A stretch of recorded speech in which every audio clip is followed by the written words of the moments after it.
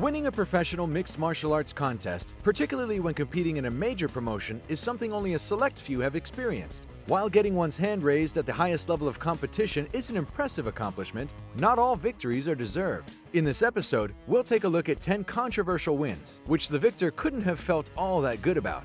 As always, if you guys enjoyed this video, then please be sure to let me know by leaving a like and subscribing to our channel. Now, without further ado, and ranked in no particular order, let's take a look at 10 of the most undeserved wins in MMA. Number 10. Matt Hamill vs. Jon Jones. Occasionally, commentators and fans alike have made the mistake of referring to Jon Jones as an undefeated fighter. Technically, this isn't true due to his controversial loss to Matt the Hammer Hamill at the Ultimate Fighter 10 finale.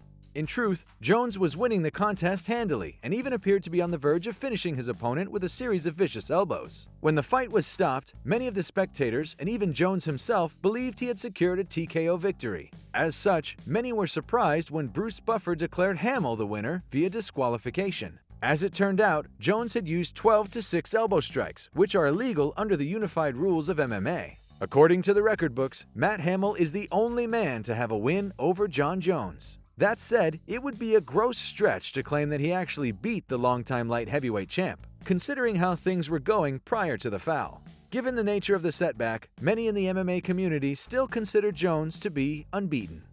Number 9. Vitor Belfort vs. Randy Couture 2. UFC 46 was headlined by a rematch between Randy the Natural Couture and the Phenom Vitor Belfort, with the light heavyweight title hanging in the balance. The two had previously met at UFC 15 in a fight that the Natural won via a TKO in dominant fashion. Roughly 7 years after their first meeting, a now 40-year-old Couture hoped to duplicate his success against a prime Vitor Belfort. Unfortunately, he wouldn't get the opportunity that evening.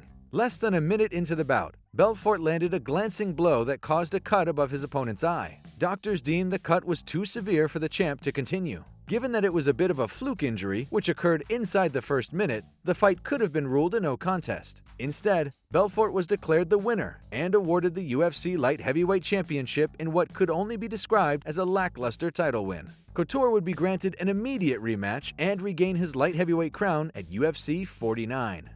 Number 8. Royce Gracie vs. Ken Shamrock 3.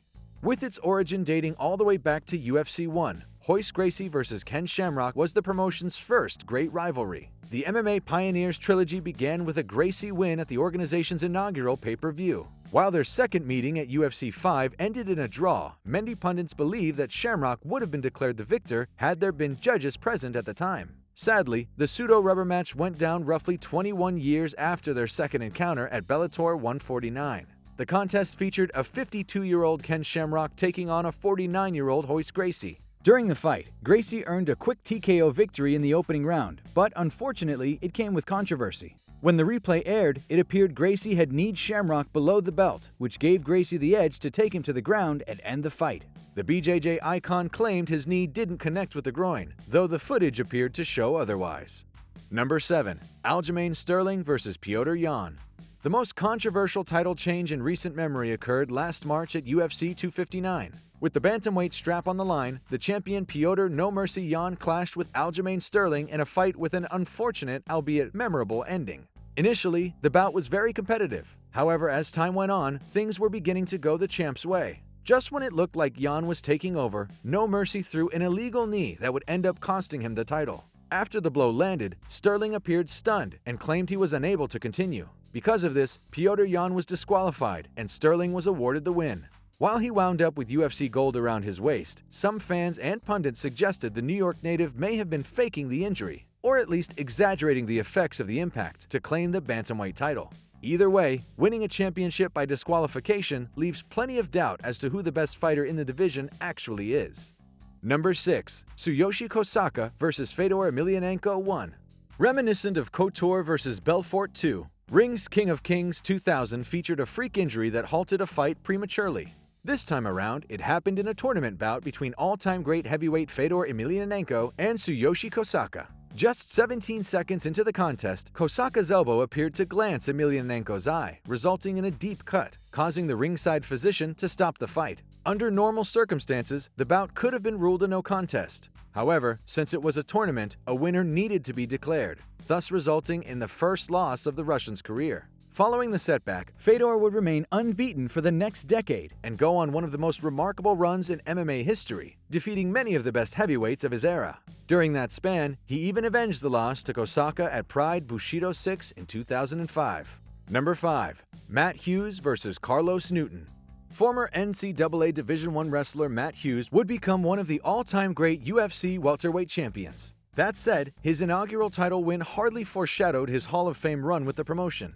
At UFC 34, the country boy out of Illinois challenged jiu-jitsu ace Carlos Newton for the welterweight strap. That night, Hughes would use a powerful slam to win the bout via knockout. However, Newton wasn't the only one who was rendered unconscious from the impressive maneuver. Prior to the finish, Hughes had been caught in a triangle choke by Newton and went completely unconscious as the slam was being delivered. The fight should have been ruled a draw. Instead, it would mark the beginning of a lengthy title reign for Matt Hughes, who went on to defeat Carlos Newton in a rematch at UFC 38. Number 4. Leandro Silva vs. Drew Dober. The UFC Fight Night 62 bout between Leandro Silva and Drew Dober featured one of the worst calls ever made by an MMA official. Eduardo Herdy was the referee in charge of the bout, which took place in Rio de Janeiro, Brazil in 2015. In the second round, Silva locked in a guillotine choke from the bottom, and for reasons that aren't exactly clear, Herdy stopped the fight, believing Dober had tapped just as he was escaping the hold. The replay shows no evidence of Dober tapping or making any effort to submit. Despite the bizarre nature of the stoppage, Silva was awarded the victory via submission. However, justice was ultimately served as the Brazilian Athletic Commission changed the results to a no contest. Number 3. Uriah Faber vs. Francisco Rivera. The California kid Uriah Faber is a UFC Hall of Famer who is well respected by his peers and fans alike. Still, Faber has had a controversial moment or two during his illustrious career.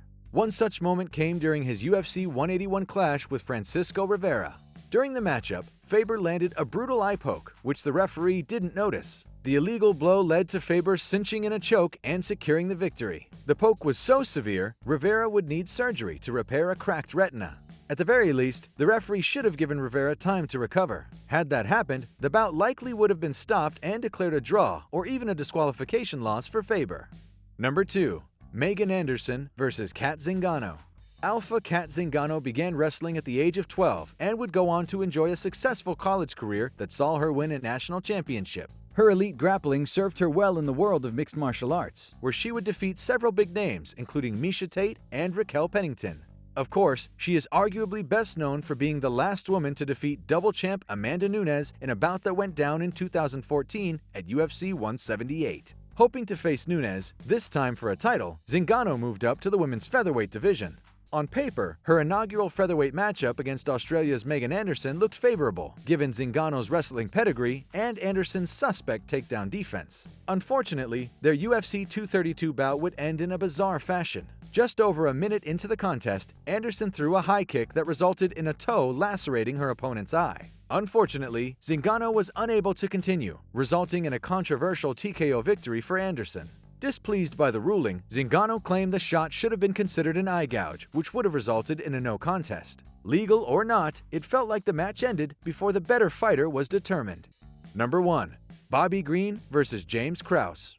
UFC Fight for the Troops 3 featured a highly anticipated bout between James Krause and Bobby King Green, both of whom were considered two of the lightweight division's most talented prospects at the time. While many spectators were expecting the two to deliver fireworks, the match unfortunately turned into a groin-striking showcase. In a fight overseen by veteran referee Big John McCarthy, Bobby Green landed two hard groin shots that caused the contest to be halted. Both blows were quite loud and, based on Krause's facial expressions, extremely painful. Roughly 4 minutes into the first round, Green landed a third shot that appeared to strike the groin once again. However, referee John McCarthy felt the third blow was legal and awarded Green a TKO victory. In truth, the finishing strike was borderline at best, and given the previous history, Green shouldn't have been given the benefit of the doubt. As always, if you guys enjoyed the video, please be sure to let me know by leaving a like and subscribing to our channel. Apart from that, thanks so much for watching, and we'll see you on the next one.